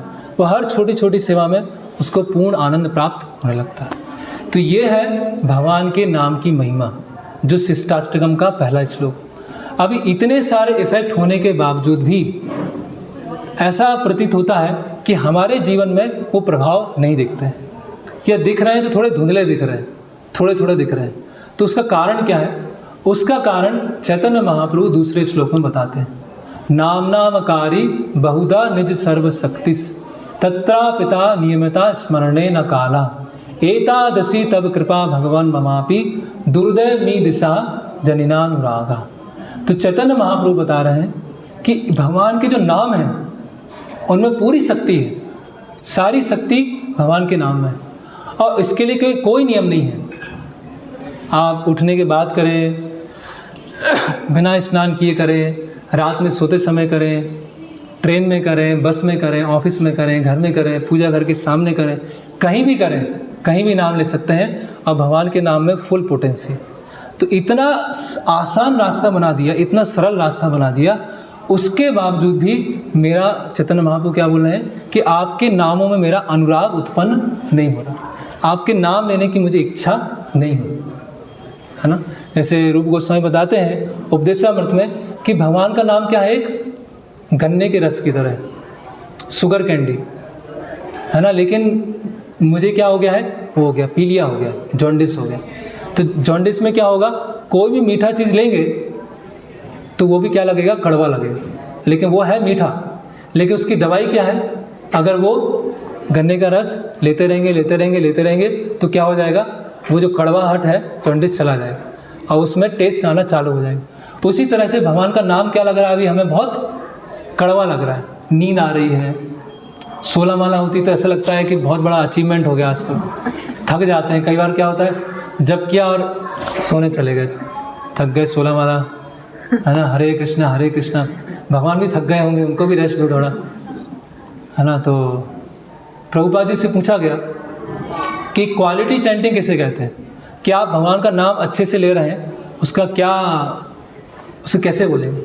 तो प्रभुपाद जी बोलते हैं कि क्वालिटी चैंटिंग मतलब जप करने के बाद आपको जप करने की और इच्छा हो, उसको बोलते हैं क्वालिटी चैंटिंग। ऐसा नहीं जप करने के बाद थक गए, तो ऐसा नहीं होगा। साधारणतः भक्त क्या है, थक जाते हैं ऐसे, है ना। तो और जप करने की उसमें इच्छा हो। तो क्या समस्या क्या है कि भगवान के नाम में क्यों रुचि क्यों नहीं आ रही? इतना मतलब भगवान के नाम की महिमा सुन लिया, उसके प्रभाव देख लिए, लेकिन भगवान के नाम में फिर भी इच्छा नहीं हो रही, फिर भी लेने का मन नहीं कर रहा। क्यों है? क्योंकि बहुत सारे अनर्थ, बहुत सारे अपराध भरे हुए। तो अभी हम देखते हैं, तो चैतन्य महाप्रभु बोल रहे हैं कि नाम नामकारी बहुधा निज सर्वशक्ति, कि भगवान के नाम में क्या है? फुल पोटेंसी है। तो भगवान के 2 तरह के नाम होते हैं। अभी कोई पूछेगा हरे कृष्ण महामंत्री क्यों नहीं? हरे गोविंद गोविंद गोविंद हरे हरे, ये भी कर सकते हैं। ओम नमः भगवते वासुदेवाय, वो भी कर सकते हैं। कई लोग बोलते हैं कि इस्कॉन वाले बस एक ही चीज़ पे अटक जाते हैं, बस हरे कृष्ण महामंत्र, और भी तो नाम है, वो भी तो कर सकते हैं। तो हमें देखना पड़ेगा कि भगवान के नाम कौन कौन से हैं। तो भगवान के दो तरह के नाम होते हैं। एक नाम होते हैं जिसको बोलते हैं प्राथमिक नाम, प्राइमरी नेम्स, और दूसरा होता है द्वितीयक नाम, सेकेंडरी नेम्स, प्राइमरी और सेकेंडरी। तो जो सेकेंडरी नेम्स हैं वो भगवान की सृष्टि से संबंधित होते हैं। जैसे परमात्मा, परमात्मा क्या है? भगवान का एक नाम है। ब्रह्मन, भगवान का एक नाम क्या है? ब्रह्मन। तो ऐसा नहीं बोलते हरे परमात्मा परमात्मा, परमात्मा हरे हरे, हरे ब्रह्मन ब्रह्मन ब्रह्मन हरे हरे, ऐसे तो जप नहीं करते। तो परमात्मा और ब्रह्मन जो भगवान की सृष्टि से संबंधित है वो भगवान की क्या है? Secondary names. फिर जो प्राथमिक नाम है, प्राथमिक नाम क्या है? भगवान की लीला से संबंधित। जैसे यशोदानंदन, यशोदा माता के पुत्र हैं, गिरिवरधारी, जिन्होंने गोवर्धन पर्वत धारण किया हुआ है ना। और ऐसे बहुत सारे भगवान के नाम हैं। राम, राम मतलब जो आनंद प्रदान करते हैं। नृसिंह, नृसिंह नृ और सिंह, मनुष्य और शेर का मुख है, तो नृसिंह। तो भगवान का एक्चुअली कोई नाम नहीं है, एक तरह से देखा जाए। उपनिषदों में बताया गया है भगवान का एक नाम क्या है? अनाम, कोई भगवान का नाम ही नहीं, क्योंकि भगवान उस नाम को स्वीकार करके उस नाम को कृतार्थ करते हैं। ऐसा नहीं भगवान का कोई नाम है, हमें तो नाम दिए जाते हैं, है ना। किसी का नाम चिंटू है, किसी का नाम पिंटू है, ऐसे नाम अलग अलग दे दिए जाते हैं। लेकिन भगवान का नाम क्या है? भगवान नाम स्वीकार करते हैं, उस नाम की महत्वता बढ़ जाती है ना। तो भगवान के जो प्राथमिक नाम है उसमें दो तरह के नाम होते हैं, एक ऐश्वर्य नाम और एक होते हैं माधुर्य नाम। ऐश्वर्य नाम मतलब जैसे वैकुंठपति, तिरुमला ईश, श्री रंगनाथ, ये सब क्या है? भगवान के ऐश्वर्य नाम। इन नाम से क्या आता है? भगवान बहुत महान, भगवान की शरणागति है। ये भगवान के क्या है? ऐश्वर्य नाम। और दूसरे हैं भगवान के माधुर्य नाम। माधुर्य मतलब जो भगवान के इंटीमेट पास टाइम्स है ना, जैसे यशोदा दुलाल, नंद नंदन, जैसे वो गीत है ना, विवाह वरी शेष आलोक प्रवेश, निद्रा छाड़ी उठ जीवा, बोलो हरि हरि मुकुंद मुरारी, राम कृष्ण हयग्रीव। ऐसे भगवान के अलग अलग। तो प्राथमिक नाम में माधुर्य नाम है और ऐश्वर्य नाम। तो भगवान सबसे अधिक किससे प्रसन्न होते हैं? भगवान के माधुर्य नाम से। जैसे कि नरेंद्र मोदी यहाँ पर आता है, कहीं पर आता है, और सब बोल रहे हैं कि भारत के प्रधानमंत्री आए हैं, और नरेंद्र मोदी का कोई फ्रेंड वहाँ पर है और उसके बचपन के नाम से पुकारता है, तो नरेंद्र मोदी किससे अच्छा लगेगा? एक जो ऑफिशियल नाम है प्राइम मिनिस्टर, उससे अच्छा लगेगा कि उसका जो बचपन का दोस्त है उसके निक नेम से बुला रहा है, वो अच्छा लगेगा? जो बचपन का नाम है उससे ज़्यादा इंटीमेसी लगेगी, करेक्ट। तो भगवान का जब नाम बोलते हैं परमात्मा, तो परमात्मा क्या है? सबके हृदय में। जब भगवान का नाम बोलते हैं विष्णु, विष्णु मतलब जो सर्वव्यापी है। जब भगवान का नाम बोलते हैं वैकुंठपति, भगवान प्रसन्न होते हैं। और जब भगवान का नाम बोलते हैं कृष्ण, तो भगवान परम प्रसन्न होते हैं। इसीलिए हम हरे कृष्ण महामंत्र जप करते हैं। हरे कृष्ण महामंत्र जप करने के पीछे कारण क्या है? कि जो कृष्ण नाम है उससे भगवान सबसे अधिक प्रसन्न होते हैं। भगवान के कितने भी नाम ले सकते हैं, लेकिन भक्ति क्या है? भगवान को प्रसन्न करना। और भगवान का किस नाम लेने से भगवान प्रसन्न होंगे? जो उनका पूर्ण माधुर्यमय नाम है वो है कृष्ण। उस कृष्ण के अंदर सब कुछ समाहित है। इसीलिए हम हरे कृष्ण कृष्ण कृष्ण हरे हरे, ये इस तरह से हम जप करते हैं।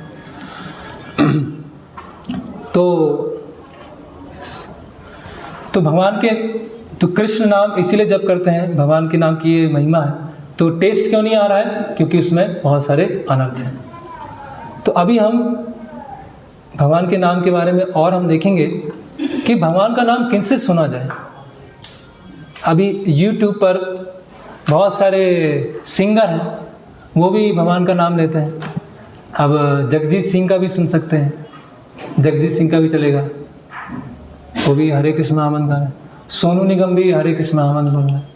शंकर महादेवन वो भी हरे कृष्ण में। कोई इंग्लिश कोई वेस्ट का कोई सिंगर होगा वो भी हरे कृष्ण महामंत्र। प्रभुपाद जी भी हरे कृष्ण महामंत्र है। डिवोटीज भी हरे कृष्ण महामंत्र बोले, तो किसका सुने? तो सब तो नाम ही ले रहे हैं, सब तो हरे कृष्ण महामंत्र बोल रहे हैं, तो फिर भेदभाव क्यों? हमें तो भाई इसे सोनू निगम का बहुत अच्छा लगता है, हम तो ये सुनेंगे रोज, उठते ही साथ इसी को सुनेंगे। तो केवल नाम पर्याप्त नहीं है, उस नाम लेने के पीछे स्पिरिट क्या है, उस नाम लेने की भावना क्या है, वो भी बहुत महत्वपूर्ण है। तो नाम तो एक तोता भी ले सकता है, हरे कृष्णा हरे कृष्णा। प्रभुपाद एक स्टोरी बताते हैं कि तोते को भी नाम लेना सिखा सकते हैं, हरे कृष्णा कृष्णा कृष्णा हरे हरे, और बिल्ली आएगी और उसको गला पकड़ लेगी, फिर हरे कृष्णा नहीं निकलेगा, फिर दूसरा आवाज़ निकलेगा। क्यों? क्योंकि उसे तोते की तरह नाम लिया। तो वो तोते की तरह नाम लेंगे तो उसका प्रभाव नहीं पड़ेगा, उसके पीछे स्पिरिट क्या है वो जानना जरूरी है। तो इसके पीछे एक वृत्तांत आता है कि चैतन्य महाप्रभु के पास में एक उनके शिष्य होते हैं रघुनाथ भट्ट गोस्वामी। वो प्रयाग से जगन्नाथपुरी आते हैं और रघुनाथ भट्ट गोस्वामी के साथ में एक राम भक्त होते हैं जिनका नाम क्या होता है? रामदास। और वो रामदास क्या थे? 24 घंटे में से कम 16 घंटे भगवान का नाम लेते थे। 16-18 घंटे भगवान का नाम, राम राम राम राम, सीताराम सीताराम सीताराम सीताराम सीताराम। तो रघुनाथ भट्ट गोस्वामी जब प्रयाग से पुरी आते हैं तो रामदास को देखते हैं और बोलते हैं कि अरे इतने महान भक्त हैं, हमेशा भगवान का नाम ले रहे हैं, राम राम राम राम, सीताराम सीताराम सीताराम। तो रघुनाथ भट्ट गोस्वामी और वो दोनों साथ में चलते हैं, और वो जो रामदास थे वो रघुनाथ भट्ट गोस्वामी से बोलते हैं कि अपना सामान दे दीजिए, मैं कंधे पर रखूँगा। तो रघुनाथ भट्ट गोस्वामी सोचते इतने विनम्र भी हैं, हमेशा भगवान का नाम ले रहे हैं, इतने विनम्र हैं, तो बहुत महान भक्त हैं। पुरी पहुंच जाते हैं और पुरी से फिर चैतन्य महाप्रभु के पास पहुँचते। तो पहले रघुनाथ भट्ट गोस्वामी पहुँचते हैं और चैतन्य महाप्रभु को प्रणाम करते हैं, और फिर चैतन्य महाप्रभु से बोलते हैं कि मैं प्रयाग से आ रहा हूँ, मुझे रास्ते में एक बहुत बड़े राम भक्त मिले, वो हमेशा राम का नाम लेते हैं। तो चैतन्य महाप्रभु बोले मुझे नहीं देखना उसको, मैं नहीं देखना चाहता। तो रघुनाथ भट्ट गोस्वामी बोले अरे भगवान का नाम इतना ले रहे हैं, 18 घंटे भगवान का नाम, और चैतन्य महाप्रभु बोल रहे हैं कि मुझे देखना भी नहीं उसको। तो उनको कुछ समझ में नहीं आया। बोले कि महाप्रभु मैं आपका व्यवहार समझ नहीं पा रहा हूँ, ऐसा क्यों है कि इतना महान भक्त हैं, भगवान का नाम लेते हैं, आप मिलना नहीं चाहते? तो महाप्रभु बोलते हैं कि आप उससे पूछ के आओ राम कौन है, तो फिर मेरे पास में आना। तो वो रघुनाथ भट्ट गोस्वामी जाते हैं और रामदास से पूछते हैं अच्छा जो आप राम राम राम सीताराम लेते हैं तो राम कौन है? बोले राम कौन है? राम तो सर्वव्यापी निराकार ब्रह्म है। ओ, तो वो राम को क्या मान रहे हैं? निराकार ब्रह्म। राम एक पर्सनैलिटी है, एक व्यक्ति है, वो उनकी कोई धारणा है नहीं। राम क्या है? निराकार ब्रह्म। इसीलिए बताते हैं अवैष्णवोद मुखोद गिरणम पूतम हरि कथामृतम श्रवणम नैव कर्तव्यम सर्पोचिष्ट यथापय। कि दूध जो है, दूध अपने आप में क्या होता है? नरिशिंग, पौष्टिक होता है, लेकिन उसी दूध को अगर सांप ने डस लिया है तो वो दूध क्या हो जाएगा? वो जहरीला हो जाएगा। उस दूध को पिएंगे तो क्या होगा? मृत्यु भी हो सकती है, अनकॉन्शियस हो सकता है। इसीलिए अभक्तों के मुख से अगर भगवान का नाम सुनेंगे तो क्या हो जाएगा? स्पिरिचुअल डेथ हो जाएगी, स्पिरिचुअल सुसाइड हो जाएगी। इसीलिए जो भक्ति में प्रॉपरली स्थित हैं, जो संप्रदाय में आते हैं, जो कॉमर्शियल एक्टिविटी के लिए भगवान का नाम नहीं ले रहे हैं, उनका ही हरि नाम हमको सुनना चाहिए। कोई सिंगर का, कोई बड़ी पर्सनैलिटी का, ऐसे वो फेमस हैं, बहुत अच्छा उनका गला है, बहुत अच्छा कंठ है, वो हम सुनेंगे तो उसकी जो ट्यून है, उसकी जो आवाज़ है, उसमें खो जाएंगे। और जो साथ इफ़ेक्ट आना चाहिए भगवान का नाम लेने से, भगवान का नाम सुनने से, वो कोई इफ़ेक्ट नहीं आने वाला। ऐसे एक उदाहरण और आता है, वो भी बहुत प्रसिद्ध उदाहरण है कि ठाकुर भक्ति विनोद ठाकुर अपने कुछ पुत्रों को लेकर चैतन्य महाप्रभु के अलग अलग जगह जाते हैं। तो एक जगह पहुंचते हैं कुलीन ग्राम। कुलीन ग्राम वासी जो चैतन्य महाप्रभु के बहुत प्रिय थे, वहाँ पे भक्ति विनोद ठाकुर पहुँचते हैं। और कुलीन ग्राम से पहले एक मंदिर होता है, और मंदिर क्या होता है, पूरा खंडर होता है, पूरा खंडर। और वहाँ पर क्या होता है, ब्रह्म राक्षस होता है। ब्रह्म राक्षस मतलब जो ब्राह्मण है, किसी ब्राह्मण ने अगर कुछ अवैध कार्य किए हैं तो वो राक्षस बन जाता है। राक्षस मतलब वो भूत बन जाता है, उसको अगला शरीर नहीं मिलेगा। तो भक्ति विनोद ठाकुर अपने पुत्रों को लेकर वहाँ पहुँचते हैं और वहाँ उस मंदिर में खंडर में रुकते हैं। और खंडर में रुकने के बाद सुबह होती है और फिर वो कुलीन ग्राम में आते हैं। और जब कुलीन ग्राम में आते हैं तो लोग सोचते हैं कि अगर अरे आप तो इतनी जल्दी आ गए, सुबह आ गए, 5-6 बजे आ गए, तो आप रुके कहाँ थे? बोले हम शहर के बाहर एक मंदिर था, उसमें रुके थे। बोले कौन सा मंदिर? वो मंदिर था। अरे उस मंदिर में तो ब्रह्म राक्षस रहता है। तो बोले तो क्या हो गया? मैंने हरे कृष्ण महामंत्र लिया और ब्रह्म राक्षस भाग गया। तो वहाँ के लोग और आश्चर्यचकित हो गए। बोले जो ब्राह्मण था वो तो पूरे जन्म उसने हरे कृष्ण महामंत्र लिया, उसने पूरे जन्म हरे कृष्ण महामंत्र लिया, वो ब्रह्म राक्षस बन गया, और आपने हरे कृष्ण महामंत्र लिया, वो मुक्त हो गया। तो ये कैसा? ये तो पहली समझ में नहीं आ रही। तो भक्ति विनोद ठाकुर बोलते हैं कि उसने कभी हरे कृष्ण महामंत्र लिया ही नहीं। उसने क्या लिया? पैसा पैसा पैसा पैसा पैसा पैसा, उसने ये नाम लिया, उसने हरे कृष्ण महामंत्र लिया नहीं। तो वो हरे कृष्ण महामंत्र ले रहा था जिससे उसका जीविकोपार्जन हो, उसकी जो मूर्ति है उसकी सेवा होती रहे, उसका परिवार चलता रहे। इसीलिए भगवान के नाम का खुद के लिए उपयोग करने के लिए क्या हुआ? वो ब्रह्म राक्षस बना। और जब हम शुद्ध नाम लेते हैं तो कोई भूत योनि में भी है, ब्रह्म राक्षस भी है, वो भी मुक्त हो जाता है। तो भक्ति विनोद ठाकुर के नाम लेने से क्या हो गया? वो ब्रह्म राक्षस मुक्त हो गया। और वही व्यक्ति जब अपराध युक्त होकर भगवान का नाम ले रहा है तो राक्षस बन गया। इसीलिए बताया गया है, असाधु संगे भाई नाम ना होए, नामाक्षर बाहिरे बटे नाम कबू ना हो। कि जो अभक्त लोग हैं वो कभी नाम ले ही नहीं सकते। क्यों? क्योंकि नाम क्या है? नाम प्रभु है, नाम एक व्यक्ति है, तो व्यक्ति की सेवा की जाती है, उनका शोषण नहीं किया जाता। तो जो भगवान का नाम ले रहा है किस लिए? खुद के एंजॉयमेंट के लिए, वो नाम नहीं ले रहा है। जैसे भगवान के विग्रह हैं तो भगवान के विग्रहों की सेवा होती है, इसीलिए नाम के सेवक बनना है, नाम के भोगी नहीं बनना है। तो वो क्या बनना था? वो नाम का भोगी बनना था। इसलिए वो, तो इनका नाम क्या होता है? केवल अक्षर होता है, उसके अंदर स्पिरिट नहीं होती। जैसे एक उदाहरण और समझने के लिए, कैप्सूल होता है, कैप्सूल है, कैप्सूल के अंदर क्या होता है? दवाई होती है।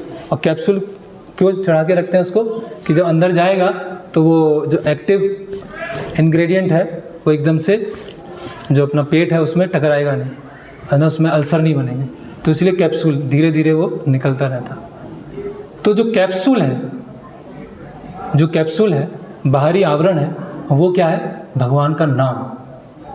और कैप्सूल के अंदर जो दवाई है वो क्या है? उस भक्ति की शरणागति। तो अभी आप देखिए, कैप्सूल क्या है? भगवान का नाम। और कैप्सूल के अंदर जो दवाई है उस भक्ति की शरणागति। तो जिस भक्ति की शरणागति है उसका हम नाम सुनेंगे। जिसकी शरणागति नहीं है, जो अपने स्टूडियो में जाके भगवान का नाम गाना चालू किया, रिकॉर्ड किया, यूट्यूब में डाल दिया, अब इसका नाम सुनेंगे तो उसकी शरणागति तो है ही नहीं। तो खाली कैप्सूल है, उसके अंदर दवाई नहीं है, तो उसका नाम का क्या होगा? कोई प्रभाव नहीं आने वाला। वो खाली क्या हो जाएगा? नाम अक्षर बाहरी बटे नाम कबू ना हो। वो केवल नाम अक्षर होगा, उस नाम के पीछे जो शरणागति है, स्पिरिट है, वो चली जाएगी। इसीलिए हम देखेंगे कि बहुत सारे अलग अलग ट्यून्स हैं, अलग अलग वाद्य यंत्र हैं, कोई गिटार पे बजा रहा है, कोई अलग अलग चीज़ें। लेकिन श्रील प्रभुपाद जी का और श्रील प्रभुपाद जी के जो अनुयायी हैं उनका आप हरिनाम सुनेंगे तो सिंपल है, बहुत ज़्यादा कॉम्प्लिकेटेड ट्यून्स में नहीं है, लेकिन उसको सुनने के बाद एक अलग ही अनुभव होगा। क्यों? क्योंकि प्रभुपाद जी की शरणागति है, वो लेने से वो हमारे अंदर आ रही है। अभी कोई सिंगर अगर गाएगा तो उसके अंदर जो एन्जॉयमेंट टेंडेंसी है वो हमारे अंदर आएगी। इसीलिए किसी का, जैसे हम बोलते हैं, किसी के हाथ का बना हुआ नहीं खाना चाहिए, क्योंकि वो जिसके हाथ का बना खाते हैं उसकी चेतना भी हमारे अंदर आती है। उसी तरह से किसी का भी नाम नहीं सुनना चाहिए। नाम किसका सुनना चाहिए? जो प्रॉपर संप्रदाय में आते हैं, प्रॉपरली सरेंडर है, उनका जब हम नाम सुनते हैं तो हमारे अंदर नाम का प्रभाव होगा, नहीं तो नाम का प्रभाव नहीं होने वाला। तो ऐसे बहुत सारी मंडलियाँ होती हैं, जो रॉक बैंड्स होते हैं, बांग्लादेश में बहुत सारी कीर्तन मंडली हैं, है ना, उनके यहाँ। और आप जाएंगे तो ऐसा कीर्तन करेंगे, ऐसा कीर्तन के इतना उछलेंगे कि वहाँ टच कर जाएंगे, इतना तेज कीर्तन होता है। और जब कीर्तन हो जाता है तो उसमें ब्रेक होता है। कौन सा ब्रेक? बीड़ी ब्रेक। सूख गया, बोलते बोलते क्या हो गया, मुंह सूख गया, तो था बीड़ी पिएंगे। तो ऐसे लोगों का कीर्तन हमें नहीं सुनना चाहिए। और हाँ, इसमें और भी कई चीज़ें हैं। और भगवान का जो नाम है, जो शास्त्रों में दिया है, वही सुनना चाहिए। अलग अलग मिक्स करके नाम नहीं बनाना चाहिए, है ना। तो अभी समय कम है, जैसे कि इसीलिए शास्त्रों में बताया गया है, बहु जन्म यदि करे श्रवण कीर्तन, तबु तो ना पावे कृष्ण पदे प्रेम धन। अगर बहुत जन्मों तक भी श्रवण और कीर्तन करेंगे, कई जन्मों तक भी भगवान का नाम होगा, तो भी कृष्ण प्राप्त नहीं होने वाला। इसीलिए नाम लेना है, लेकिन नाम कैसे लिया जाए, उसके पीछे भावना क्या है। दुष्ट मन तुम्ही किसेर वैष्णव, प्रतिष्ठा तारे निर्जने घरे, तब हरि नाम केवल कहतब। तो बता रहे हैं कि दुष्ट मन कि अपनी प्रतिष्ठा के लिए भगवान का नाम ले रहा है ना, प्रतिष्ठा के लिए अपने मंडली बनाई है, बैंड्स बनाए हैं। तो वो क्या है, दुष्ट मन तुम्ही किसेर वैष्णव, कि कैसे वैष्णव आप, प्रतिष्ठा तारे, अपनी प्रतिष्ठा के लिए है, तब नाम हरि केवल कहतब। केवल वो धोखाधड़ी है, वो नाम नहीं। ओके, लास्ट पोर्शन है। कुछ लोग सोचते हैं कि मैं तो भगवान का नाम मन में ही करूँगा, बोलने की क्या जरूरत, हम दिखावा नहीं करते हैं। इस्कॉन वाले तो दिखावा करते रहते हैं, माला लेके घूमते रहते हैं, हम तो क्या अपने मन में ही करते हैं। मन में ही बैठे हैं, ठाकुर जी तो मन में ही हैं, तो मन में ही जप करेंगे। तो इसके लिए बताया गया है कि मन में जो जप है, वो जप नहीं होगा, वो केवल एक तर्क है आलस्य का। भगवान का नाम नहीं करना चाहते, इसीलिए वो आलस्य को छुपाने के लिए क्या बोल रहे हैं कि हम तो भगवान के नाम को मन में ही स्मरण कर लेते हैं। तो स्मरण करना इतना आसान नहीं। स्मरण करने के लिए हृदय का शुद्धिकरण जरूरी है। अगर हृदय का शुद्धिकरण नहीं है और स्मरण करेंगे तो स्मरण जाएगा ही नहीं। और आप सब हम फील कर सकते हैं, भगवान नाम लेंगे तो क्या याद आएगा, आज दिन में ये करना है, पड़ोसी ने ये बोल दिया था, इसने ये बोल दिया था, मुझे परसों ये करना, 1 साल के बाद, यही चलता है। नाम लेते समय और एक्टिव हो जाता है मन, नाम के अलावा सब कुछ चलता है, करेक्ट। तो जब नाम लेते हुए मन नहीं लग रहा है, तो जब नाम नहीं लेंगे तो कैसे मन लग जाएगा। तो जो बोल रहे हैं कि हम तो बस भगवान का नाम अपने मन में ही लेते हैं, ठाकुर जी तो हमारे हृदय में बसते हैं, तो वो क्या है, वो चीटिंग है। ठाकुर जी मन में है तो उनको थोड़ा सा बाहर माला पे भी ले लीजिए, है ना। तो ऐसा नहीं है ना कि कोई चीज़ हमें कुछ भी चीज़ हमें अच्छा लगता है तो उसको और हम करना चाहते हैं। ऐसा नहीं, जॉब बहुत अच्छा है, पढ़ाई बहुत अच्छी लगती है, लेकिन मैं करूँगा नहीं, बाहर से कुछ नहीं करूँगा। तो ये आलस्य नहीं होना चाहिए। फिर जप की माला फिक्स क्यों है, 16 माला ही क्यों है? कुछ लोग पूछते हैं ये 16 माला क्यों है ना। ये गिनने से क्या मतलब, कुछ लोग बोलते हैं तो 24 घंटे नाम करते हैं, नाम तो चलता ही रहता है, 16 माला करना क्या। तो चैतन्य महाप्रभु बताते हैं कि मैं केवल लखपति के यहाँ का प्रसाद ग्रहण करूँगा। चैतन्य महाप्रभु बोलते हैं केवल लखपति के यहाँ जाऊँगा और किसी के यहाँ प्रसाद नहीं लूँगा। कहने का मतलब क्या है कि जो 1 लाख नाम लेगा उसके यहाँ का घर का मैं लूँगा। चैतन्य महाप्रभु ने ऐसी शर्त रखी थी, तभी वो निमंत्रण स्वीकार करते थे। तो 1 लाख नाम लेना मतलब कम से कम 64 माला, कि 64 माला जो करता है उसके यहाँ चैतन्य महाप्रभु प्रसाद ग्रहण करने आएंगे। तो जब श्रील प्रभुपाद जी अमेरिका गए और उन्होंने अपने शिष्यों को बोला कि 64 माला करना हो, तो उनके शिष्यों ने कहा कि हमसे तो नहीं होने वाला, टाटा बाय। तो प्रभुपाद जी ने कहा ठीक है 32 कर। तो बोले कि ये भी हमसे नहीं होगा। बोले ठीक है 16, मिनिमम 16 राउंड्स, इतना तो करना पड़ेगा। तो फिर प्रभुपाद जी ने उस 16 माला को फिक्स किया। जो आचार्य है वो नियमों को परिवर्तित करते हैं। फिर आता है कि चैतन्य महाप्रभु जब दक्षिण भारत गए तो चैतन्य महाप्रभु के हाथ में 2 माला थी। एक से हरे कृष्ण महामंत्र जप करते थे और एक से गिनते थे कि कितनी माला हुई। एक माला हुई तो एक किया, दो किया, ऐसे इसमें आता है। तुम्हार दुई हस्ते बद्ध नाम गणने, कि चैतन्य महाप्रभु की सर्वेंट हैं, बोल रहे हैं कि आप मुझे साथ में ले चलिए दक्षिण भारत, आप अकेले कैसे जाएंगे, क्योंकि दोनों हाथ तो आपका नाम लेने में है। तो हम बता रहे हैं कि एक हाथ से चैतन्य महाप्रभु नाम को गिन रहे हैं कि कितने जप किए हैं, और एक से भगवान का नाम ले रहे हैं। तो कहने का मतलब क्या कि चैतन्य महाप्रभु काउंट कर रहे हैं कि इतनी माला हुई है। जो षट गोस्वामी अष्टकम उसमें आता है, संख्या पूर्वक नाम गान नत भी।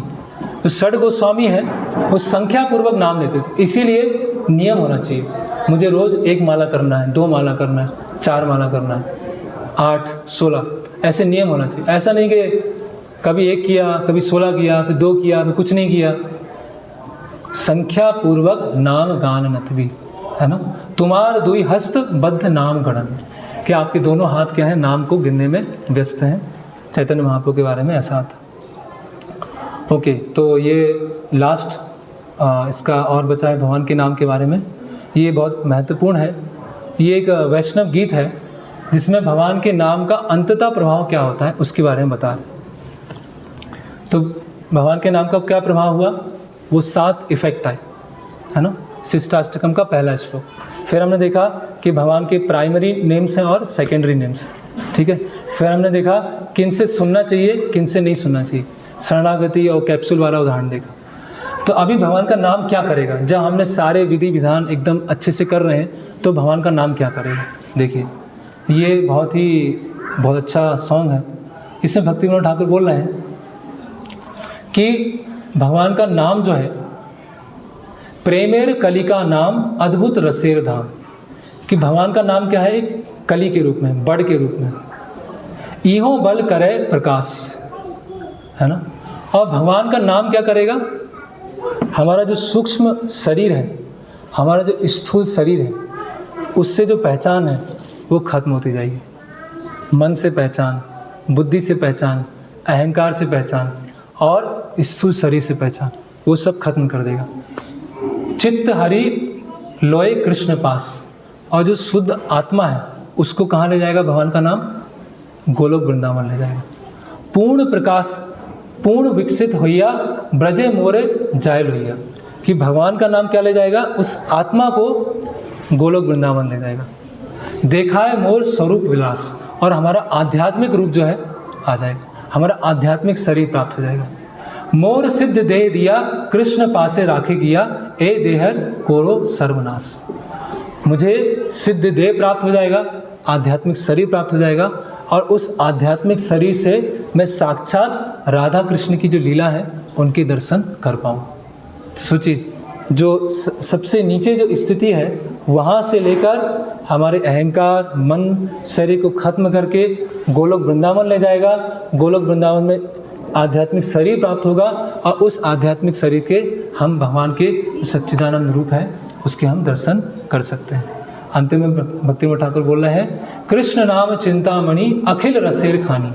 कृष्ण नाम क्या है, चिंतामणि के समान है, अखिल रसेर खानी, रस का खान है। नित्य मुक्त शुद्ध रस में, नित्य मुक्त, नामेर बलाई जत सबे लोहिया होई हत, तबे मोर सुखे उदय, कि आप सब लोग भगवान का नाम लीजिए, उससे श्री भक्ति विनोद ठाकुर का सुख और वर्धन होगा। तो ये भगवान के नाम के बारे में कुछ संक्षिप्त में हमने चर्चा किया। हरे कृष्णा कृष्णा कृष्णा हरे हरे, हरे राम राम राम हरे हरे। किसी कोई प्रश्न है तो पूछ सकते हैं जी। खोल के नाम जप करना है कि बंद? जी, खोल के नाम जप करना है कि बंद? प्रश्न ये है कि आँख खोल के जप करना है कि आँख बंद करके करना है ना। तो जैसी स्थिति में आप भगवान के नाम को सुन पाए अच्छे से, वैसे करना है। आँख बंद करके किया तो कभी कभी नींद भी आ जाती है ना। तो एक जगह बैठ के या एक जगह चलते हुए ध्यानपूर्वक जप करना। और सबसे महत्वपूर्ण बात क्या है कि हम किसी व्यक्ति के साथ डील कर रहे हैं। जब हम भगवान का नाम ले रहे हैं तो भगवान स्वयं साथ में है। जैसे मान लीजिए मैं किसी व्यक्ति से बात कर रहा हूँ, और बात करते करते फ़ोन चेक कर लिया, बात करते करते इधर देख लिया, बात करते किसी को बुला लिया, तो उस व्यक्ति के प्रति मेरा क्या है, रिस्पेक्ट नहीं है। तो ऐसे ही भगवान का नाम जप करते समय हम अलग अलग एक्टिविटीज़ कर रहे हैं तो हमारा भगवान के नाम के प्रति कोई आदर नहीं है। इसीलिए रूप गोस्वामी क्या बोलते हैं, सा आदरात, कि भगवान का नाम आदर से लेना चाहिए। क्यों? क्योंकि हम भगवान के साथ में हैं। इसीलिए एक्सक्लूसिव चैंटिंग होना चाहिए, भगवान और मैं, बस अभी और कुछ नहीं करना। क्योंकि जैसे हम ये यथा माम प्रपद्यन्ते, जैसे हम भगवान के साथ व्यवहार करेंगे वैसे भगवान हमारे साथ आदान प्रदान करेंगे। तो ये ध्यान रखना है, आँख खुली है या आँख बंद है वो इतना महत्वपूर्ण नहीं है। महत्वपूर्ण ये है, इस चीज़ को याद रखना कि मैं अभी भगवान के साथ में हूँ। ठीक है। जैसे पारस लोहे को सोना बनाते हैं, चिंतामणि क्या करते हैं? चिंतामणि क्या करती है? चिंतामणि जो आत्मा है उसको रूप प्राप्त होता है और भगवान के धाम चला जाता है। उसको पारस मणि की जरूरत ही नहीं है, उसको सोने चांदी किसी की जरूरत नहीं है। सभी चिंता जो मणि की चिंता है उससे मुक्त कर देती है, इसलिए वो चिंतामणि है। और कोई प्रश्न?